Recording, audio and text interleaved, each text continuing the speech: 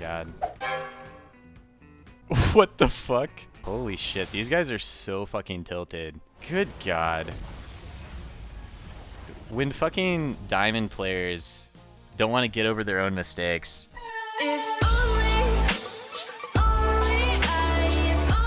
Somehow it's my fault that I couldn't hold against Ryze and Lulu when they came mid. Like, if our support came mid, we'd be fine. I can't do anything about that. I called missing the first time that our mid laner roamed, and then Ryze started bitching.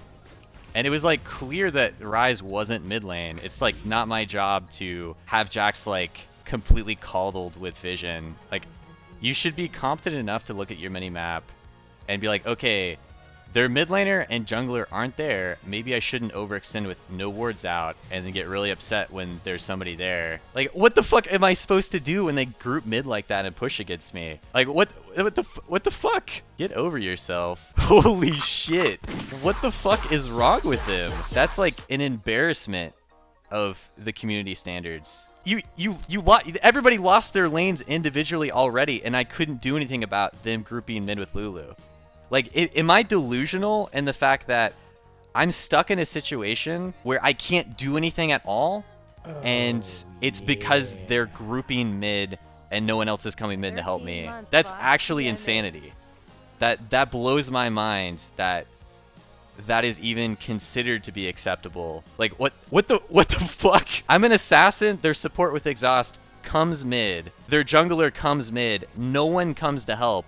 And so, of course, we're going to lose 2 turrets. And, like, the other lanes are already losing on their own. And they're like, yeah, their mid won them the game. Like, you didn't do anything to stop their grouping and helping Ryze take over the game. Like, you're fucking insane. North American players are, like, a disgrace to strategy in a strategy game. Like, it just blows my mind. Like, yeah, Kassadin doesn't have this huge early power spike where he can, like, solo kill Ryze, but it certainly gets to the point where you are in a position that you can't do anything when their Lulu support comes mid with their Ryze and their jungler comes mid. Like, the best fucking Kassadin in the world, Faker could have been in the position where they're sieging mid and you're 1-1-1 on Kassadin and your team won't come to you, and then they blame you for, like, losing to Ryze. Even though we equalized the disadvantage we were at, and the only reason why we died the first time, out of 2 deaths that whole game, was because we went into a play that Vi wanted to gank the Ryze, and it was a mistake to go for the play. It was a mistake for me to go for the gank, because I ended up dying in the 1v2, and I should have just been last sitting under the turret. The only reason why I died in laning phase was because Vi wanted to gank a position that should not be ganked. I've got teleport. I was looking to get those last hits in the back. She went for the gank. It didn't work. She missed the Q. We die. It was an honest mistake, right? Like, it's an honest situation where it's like, well, fuck, we shouldn't have gone for that play. I'm not normally going to run past the minions and try to 1v1 Ryze. It was because our Vi was spam pinging the Ryze, and then we died trying to set up the play, and that was it. That was fucking it. And we didn't even lose our turret to Ryze by himself. We lost it because Lulu and Kha'Zix came mid lane. But sure, I totally agree that that game was 100% the fact that there was no teamwork and our team was a bunch of North American whiners. Holy cow. It tilts me because why would they think that they're in the right in that situation, other than the fact that they want a scapegoat? They purely want a scapegoat. And it's frustrating because they just group on me. And there's, I mean, what can I do once that phase of the game happens? It was just a really unfortunate situation that our teammates are tilting and then, like, trying to scapegoat me, because it was clearly a case of the fact that the enemy team was outmaneuvering us as a team and not necessarily me going 0-10 in lane. Like, if I went 0-10 in lane, I'd be like, yeah, this game is fucking my bad. Or if I had gone, like, 0-5 or 0-3 or 0-4. I went 1-1-1, and the only reason why my second death happened was because, like, the whole enemy team grouped and we still tried to make a play, and it just, like, fell apart when we were too far behind.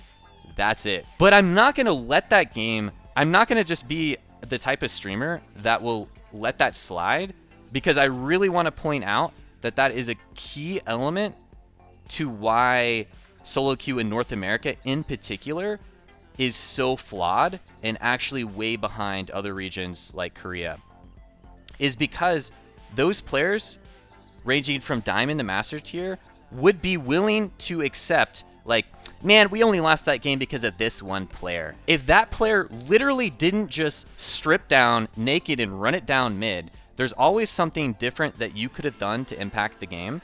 And these type of players will stop at just scapegoating another player, and they won't reflect on their own gameplay. They'll think, man, our mid laner didn't call missing, and I pushed up with no vision and I died. Maybe you shouldn't have pushed up with no vision, period, because you can't always guarantee that there's going to be a missing call. Did we call missing for their jungler? Hey guys, their jungler is missing. It's 3 minutes. Their jungler is missing. We don't see their jungler. You would be playing, like, their jungler was missing too. You would be in a situation where you would not, like, if it's not Ryze there, it could be their jungler there. And it's frustrating because it doesn't matter if I don't call Mia. Like, that's not the reason why you died. Because you're pushed up with no vision, it could have just been their jungler diving you. You're low in HP, you didn't back, you got greedy for last hits. My bad, that happens, right? That happened to us mid lane when we went for that gank when we should have just backed. Like, that was my bad. But that doesn't lose you the entire game. If that was the case, if whoever got first blood won the game. All right, first blood is given, guys. Just mid's open. First blood is over, we lost the game.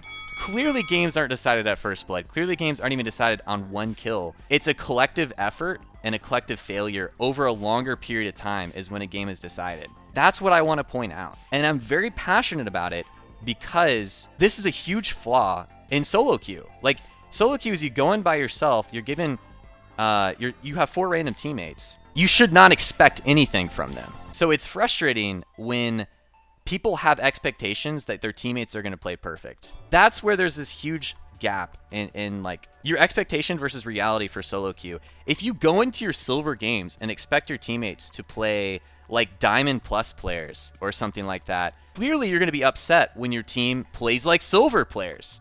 So that never goes away. And the same goes for even higher levels of play, like even Diamond Plus, Diamond Master Challenger. There's clearly not perfect gameplay happening. We can consistently expect there to not be perfect gameplay. Your opponents aren't going to be playing perfectly. Those gaps are where you capitalize and you come back when you're at a deficit. They're not playing perfectly. There's still a gap where you can come back in a lot of games.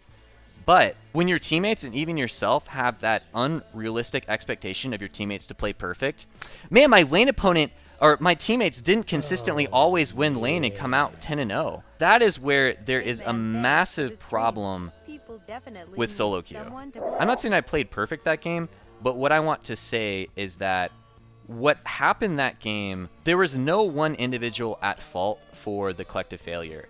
And no one wants to be in a situation where they come out of a game and they think to themselves, man, we all just got outplayed. Like, everybody in our team just made mistakes, and it led to the point where it looks so one-sided because it was a small disadvantage bot lane, a small disadvantage mid, maybe more of a disadvantage top lane or mid and jungle, and it just adds up to be a huge disadvantage because it's little by little and it stacks. And you don't have to be in a position where it's like you're playing, you know, you might be playing just okay, but you see another lane go like 0-5, and you're like, man, this guy's robbing me of this victory or something like that, because the game's not over yet. And like when your team starts to type and starts to blame, and they're not playing the game. So when you like move your hand off of your mouse, like, see, this is where my setup is right here. I got my setup so obviously the mouse and keyboard are right next to each other, but when you're in a situation where you take your hand off of the mouse and you move it over to the keyboard, you no longer can move your champion until you move your hand from the keyboard back to your mouse. So when you see people starting to blame in game, the first thing that I acknowledge as like a strategy player is that person is not moving their character. And it's a problem. If you and your team start getting into an argument where you're typing, you're not moving your character anymore. You're not moving around the map. You're not in the idea that you're looking for picks, and you're coming up with a strategy to come back in the game. Once you start to blame, you've committed to losing that game. Like, the moment that you start blaming your team, you open the chat bar and you start blaming somebody else, is the moment where you limit your ability to impact the game. That's all I'm gonna say.